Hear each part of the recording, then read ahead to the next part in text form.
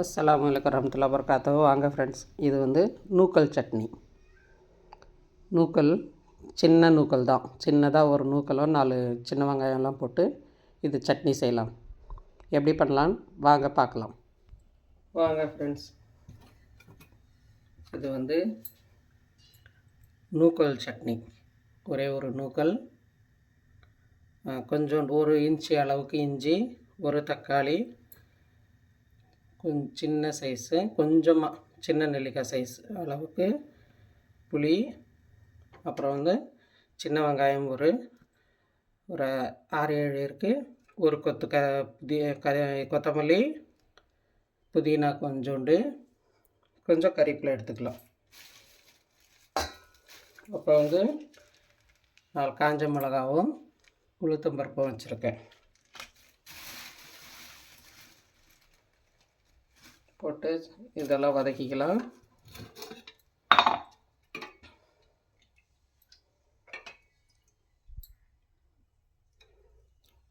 ரெண்டு ஸ்பூன் எண்ணெய் விட்டுருக்கேன்.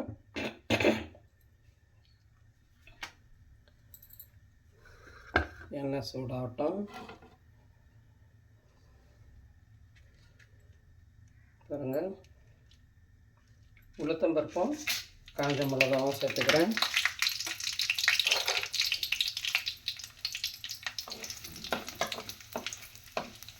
எனக்கு ஜாஸ்தி இந்த குடமிளகா தான் பிடிக்கும், அதனால் குடமிளகா தான் வாங்கிக்கிறது. இது கொஞ்சம் உரப்பட்டதுமே சின்ன வெங்காயம்.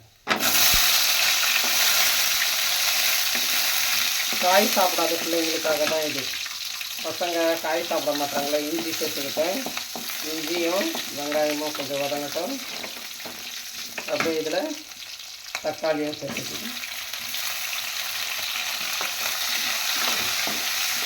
தக்காளியும் கொஞ்சம் வதங்கணும். காய் சாப்பிட மாட்டாங்க இல்லையா, அந்த பிள்ளைங்களுக்காக தான். கொத்தமல்லி, புதினா, கருவேப்பிலை இருந்தால் சேர்த்துக்கோங்க. அப்படி இல்லைன்னா நீங்கள் வெறும் நூக்கல் கூட இவ்வளோ தான், இந்த தாளிப்பு தாளிச்சிட்டு அப்படியே நூக்கல் போட்டு வதக்கிட்டு கூட சட்னி அரைச்சிக்கலாம். அப்படியே சுட சுட சாப்பாட்டில் பிசைஞ்சு வானலில் போட்டு கொஞ்சம் கிளறி கொஞ்சம் நல்லெண்ணெய் விட்டு கிளறி கொடுத்தா பசங்களுக்கு ஸ்கூலுக்கு எடுத்துன்னு போகிறதுக்கு கூட நல்லாயிருக்கும். நல்லா விரும்பி சாப்பிடுவாங்க.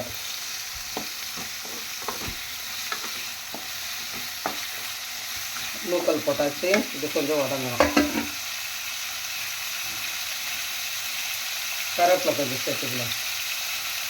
நம்மகிட்ட கருவேப்பிலை, கொத்தமல்லி இதெல்லாம் இருந்தால் தாராளமாகவே சேர்த்துக்கலாம். பசங்க தான் நம்ம குழம்புல போட்டால் எடுத்து போட்டுடுறாங்க இல்லையா, அதனால்.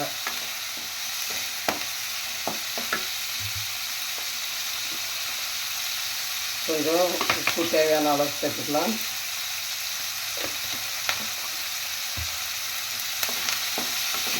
உங்களுக்கு மஞ்சத்தூள் விருப்பம்னா சேர்த்துக்கோங்க, அப்படி இல்லைன்னா தேவையில்லை. அதேமாரி கொத்தமல்லி, புதினா இல்லைன்னா நம்ம இது மட்டுமே வெறும் நூக்கல், தக்காளி, வெங்காயம், குடமிளகா போட்டு வெங்காயம் போட்டு அது கூட வந்து தேங்காய் இருந்துச்சுன்னா அது கூட திருவி போட்டு சேர்த்துக்கலாம். புளியும் இதில் சேர்த்துக்கிறேன். இதுவே நிறைய வரும் சட்னி.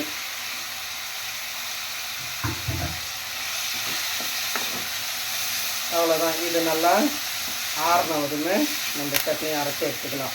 அரைச்சி எடுத்துக்கிட்டு இன்னொரு வாட்டி கொஞ்சமாக தாளிப்பு போட்டுக்கலாம்.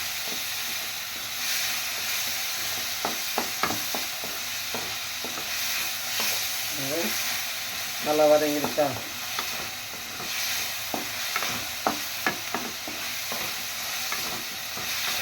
அவ்வளோதான். இதுவே சட்னி அரைச்சா நமக்கு சின்ன ஜார் அளவுக்கு வரும். சின்ன ஜாரில் போட்டு நல்லா ஆற வச்சு போட்டு அரைச்சிக்கலாம்.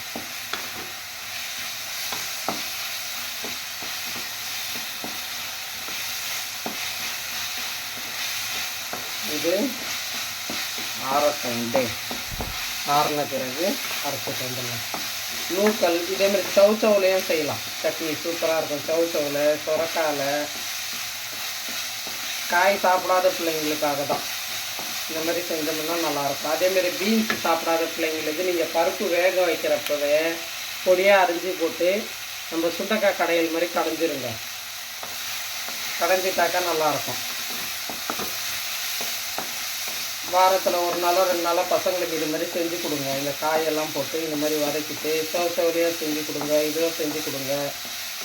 இதை எல்லாமே இந்த மாதிரி போட்டு அவங்களுக்கு எந்த மாதிரி விருப்பமோ அந்த மாதிரி சட்னியாக அரைச்சி சாப்பாட்டில் போட்டு கிளறி கொடுத்துருங்க. கூட வந்து நம்ம முட்டை கிட்ட அவிச்சு வச்சுட்டோம்னாக்கா பிள்ளைங்க சாப்பிட்ருவாங்க. முட்டை பொரியல் அப்படி ஆறட்டும், பார்க்கலாம். பாருங்கள் ஃப்ரெண்ட், சட்னி அரைச்சாச்சு. அது கொஞ்சம் தாளிப்பு போட்டுக்கலாம். கொஞ்சம் தாளிப்பு மேலே போட்டால் நல்லாயிருக்கும். அதான் தாளிப்பு போடாமல் கூட அப்படியே சாப்பிட்லாம், நல்லா தான் இருக்கும். இப்போ 1 ஸ்பூன் தான் வதக்கிறதுக்கும் போட்டேன். இப்போயே 1 ஸ்பூன் எண்ணெய் தான் போட்டிருக்கேன்.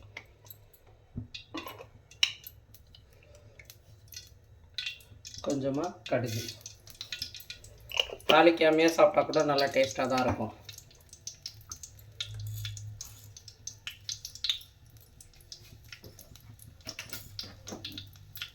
கடுகு பொரியட்டும். அது கூட ஒரு 4 உளுத்தம்பருப்பு. கொஞ்சம் சாப்பிடக்குள்ள கடிப்படம் வாயில் நல்லாயிருக்கும் டேஸ்ட்டாக. இந்த கடி பட்டுச்சுன்னா அதனால தான்.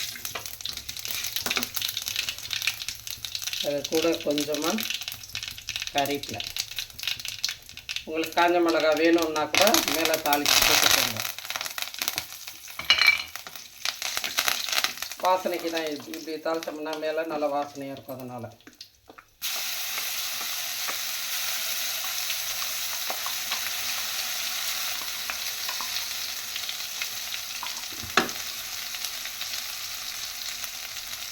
கொஞ்சமாக தண்ணியை விட்டு அலசி போட்டுக்கலாம். கொஞ்சம்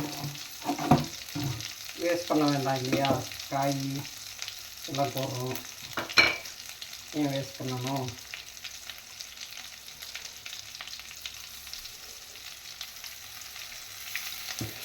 இது கொஞ்ச நேரத்தில் இது நம்ம சாப்பாட்டு கூட இதை அப்படியே போட்டு நம்ம பிசைஞ்சு சாப்பிட்டோம்னா சூப்பராக டேஸ்ட்டாக இருக்கும். சப்பாத்திக்கு சாப்பிட்லாம், டிஃபனுக்கு சாப்பிட்லாம், எல்லாத்துக்குமே சாப்பிட்லாம். துவையல் மாதிரி நம்ம தொட்டுக்கிட்டும் சாப்பிட்லாம், நல்லா அருமையாக இருக்கும். நான் வந்து இன்றைக்கி இது சப்பாத்திக்கு தான் சாப்பிட போகிறேன்.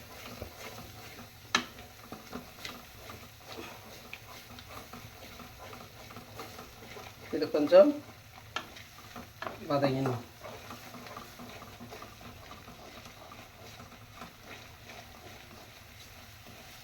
ரெடி ஆயிடுச்சு. பிடிச்சிருந்தால் லைக் பண்ணுங்கள், ஷேர் பண்ணுங்கள், கமெண்ட் பண்ணுங்கள், பெல் பட்டனை தட்டி விடுங்க. ஃப்ரெண்ட்ஸ் எல்லோரும் நலமாக இருக்க வேண்டும் என்று எல்லாவிடம் துவா செய்கிறோம்.